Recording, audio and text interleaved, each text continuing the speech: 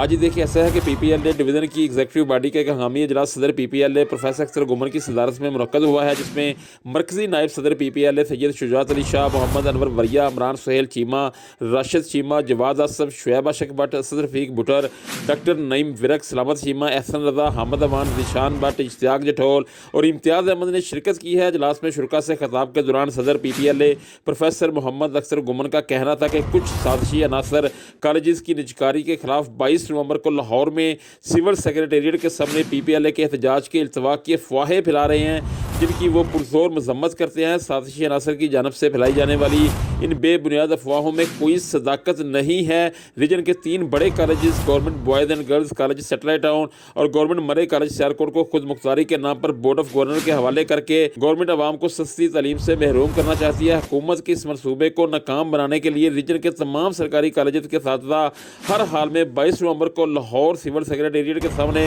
अपना पुरअमन एहतजाज रिकॉर्ड करवाएंगे। तमाम सरकारी कॉलेज के साथ अपने जायज़ हकूक़ के हसूल के लिए साजिशी अनासर की अफवाहों पर कान धरने के बजाय तरजीही बुनियादों पर 22 नवंबर को लाहौर सिविल सेक्रेटेरिएट के सामने पहुँचें और अपने मुतालबात इक़्तिदार के ईवानों में बैठे अरबाब इख्तियार तक पहुँचाएँ।